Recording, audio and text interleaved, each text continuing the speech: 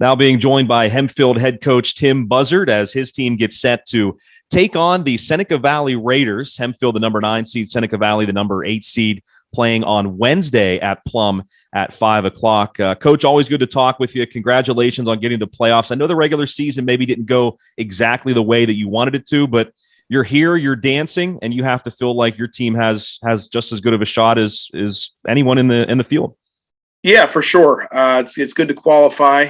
We definitely have had some ups and downs this year. We are what the record indicates. We haven't played very well, but at times we've also played some pretty good games.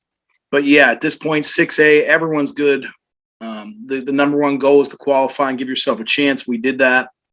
Still have a whole lot of belief in our kids, and can't wait to see how we perform on Wednesday. And I know, as you mentioned, your record says what you are right now, but I don't know that tells the whole story about your team this year. You've lost a ton of close games. You've had leads in other ones and unfortunately squandered those leads late. But I mean, even though those games turn into losses, Tim, does that give your kids at least confidence that they know that they can play with anyone? Yeah, I think so. I mean, I would have to look the numbers, but I mean, I'm going to guess it's something we probably have 8 or 9. I mean, probably 8 lost at least by a run or two. Most of them have been lost in the actual 7th inning. I mean, you could look at it both ways. You can say, the team's not playing well enough and we're finding ways to lose, or you can say maybe the ball just hasn't bounced well. I mean, it's just whatever way you want to look at it. As far as we go, yeah, I think we're prepared. We've played a ton of good teams. We always have a really good schedule, and we've done the same thing this year. And we definitely have lost a couple interesting ways, no doubt.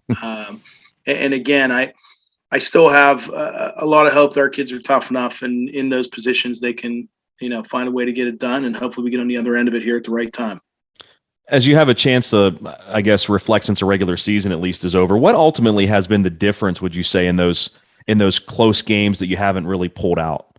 It's funny because it's kind of been a little bit of everything. Yeah. I mean, we had some games where earlier in the year we were not swinging as well as we probably were capable of, and lost some games close that we look back after and said, man, if we were just, if we were hitting as well as we normally are hitting, we could have, had a few more wins. And then as it went along, our bats got pretty hot, and we were swinging really well in the middle of the season, even through the end. And at that point, then, defensively, we botched some plays that we normally don't do. And then, one game we walk guys. It's seriously been a little bit of everything and something different. We just haven't played too many games where all 3 phases clicked. I still think it would be scary if we did. And I think we have the ability to do that. We have the kids to do that. Just need to find a way. Again, single elimination is tough. The playoffs, we know how it goes. Every year is different. Last year we were fortunate enough to make a nice little run, and because we were playing good baseball at the right time, we're hoping the same thing happens at this point. Everything in the past is done. I think it's out of our kids' minds, out of our coaches' minds. We're just ready to get in the tournament and see how we do. Well, several players have certainly been consistent for you, Coach, at the plate. Joe Fedor, Noah Zadroga, and also Brandon Coughlin. They've really put up some nice numbers this year. What have you kind of seen from those guys that excites you coming into the playoffs? Yeah, I mean, just seniors stepping their game up and taking it to another level. Joe, really at the beginning of the year, carried us for the first number of games when we were kind of, like I said, offensively. The first 5, 6, 7 games weren't really swinging as well as we were capable. He did a really nice job. And Noah, too, really, at that point in the middle got really, really hot. And then Brandon's been pretty consistent for the most part. All 3 of them are very good hitters, talented seniors, kids that will play baseball at the next level. It's been good to see them put years together and put up some numbers. Definitely a big part of the middle of our order, and one of the reasons why we've scored some runs here, especially in the second half.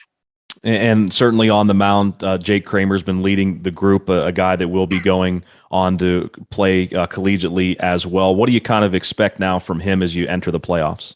I mean, you just know what you're always going to get out of him. I mean, he's a bulldog. He's going to compete every single time out. The kids behind him really believe in him. Our team does. He just always battles and always, seems to give you a quality start.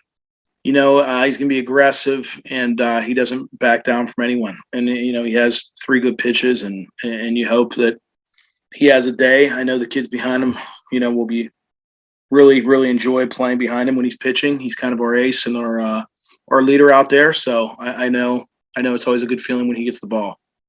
And we talked about some of the big names there, but can you identify, Coach, maybe a guy or two that, came into the season maybe not knowing what his role would be or how often he'd play, that type of thing, but has really improved, I guess, throughout the season and kind of jumped off the page for you? Yeah, we've had a couple of those guys. This year was, on paper, we had coming back, we had a lot of guys. Obviously, we lost some big seniors last year, but we also had 6 or 7 guys we felt pretty good about coming back, and they've all contributed and had their years.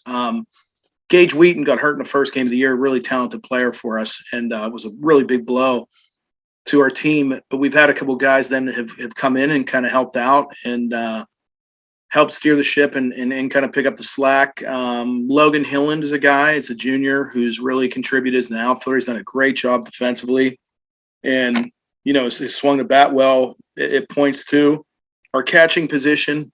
We had 2 sophomores. We lost Luke last year. Carson Shugley got some time last year in the playoffs because Luke broke a bone in his hand, and he did well then. And we've had him and Caden Biondi, both sophomores, have done a really, really nice job for us to keep that position where it is. Adam Hess has come on lately, really talented hitter. We knew that going in. Had an injury at the beginning, got healed. Started a little slow. Now he's really, really hitting for us. And another guy's been Connor Berkey on the mound. Has pitched really well. He's stepped up a lot of those non-section games. Has given us some really quality innings. Throws a ton of strikes, and has taken a jump. He's a junior as well. So those would be some of our unsung guys that have gotten opportunities in there. A couple other guys too I know I'm missing, but we've had in and out. Dylan Firmstone, a freshman's got some time. Colin Hunter came on later in the year as a junior. So we had a bunch of guys that definitely have picked up the slack and helped out, especially you have a couple injuries, you have a couple guys go down in and out. It really has helped kind of, in those spots. And you mentioned that obviously you guys played for a WPIAL championship last year. How much will this team rely on the guys that were a part of that team last year to kind of, settle maybe everything down in a playoff game? Yeah, you would hope that the experience from last year, and again, we had in the title game itself, we probably had 5 of these kids playing, I would think, if I think back. Mm-hmm.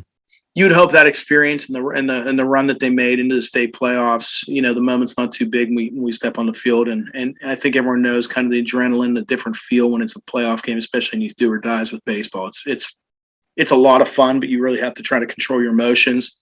I think we have guys that can do that and hopefully lead the way for some of the guys that are getting their first taste of it.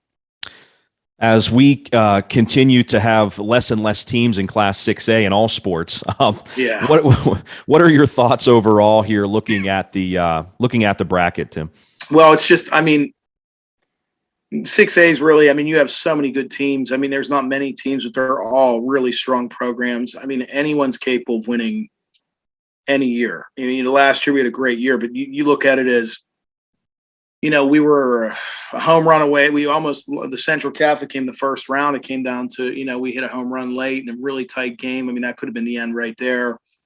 The second game, you beat Norwin, and, to get to the finals. North Allegheny was there. The same thing goes to this year. You have Mount Lebanon had such a great year.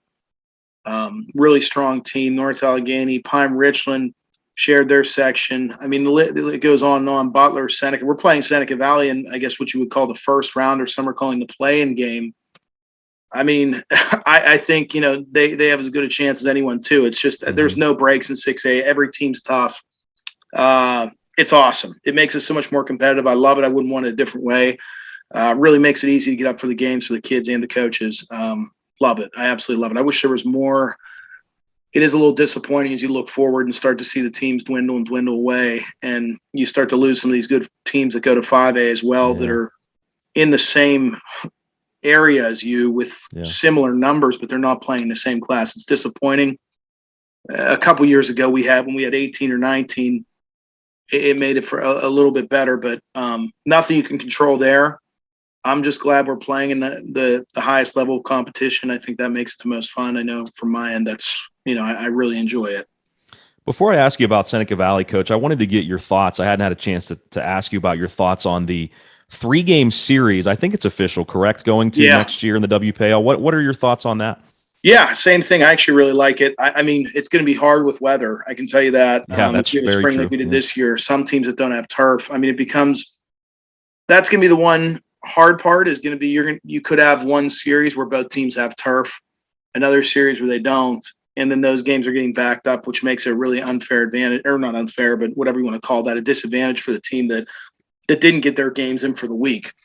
On paper, if you have a good spring, I absolutely love it because 3 games really determines who had the better series, I think, and it makes you use a lot of pitchers. I know we try to develop a lot of guys, and you're not always going to have your top guys. Some year you might have a better ace or better 2 or whatever else, but it's nice to have that. I like from a strategy standpoint, a competition standpoint, to have to mix guys in and out, use all your players. I mean, it's definitely, in my opinion, a really strong, really good thing.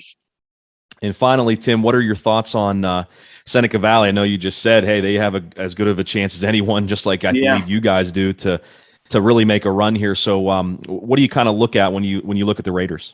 Well, we scrimmaged them at the beginning of the year, and it's hard to ever tell there. That was our first time outside, whatever it is. But, I mean, you can always see they're well coached. They have talent. They've been, perennial power for years. And for this year's no different. They have a really good number 1 pitcher. We saw him for an inning. He's had a really good year for them in section play. Definitely had a couple hitters, too, that were talented. Their pitching depth stood out to me. Just a tough team, plays, just like us in the good section. They have some big wins. Definitely capable of beating anyone.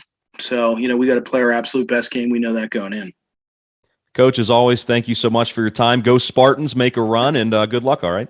Thanks a lot, and thanks for having me.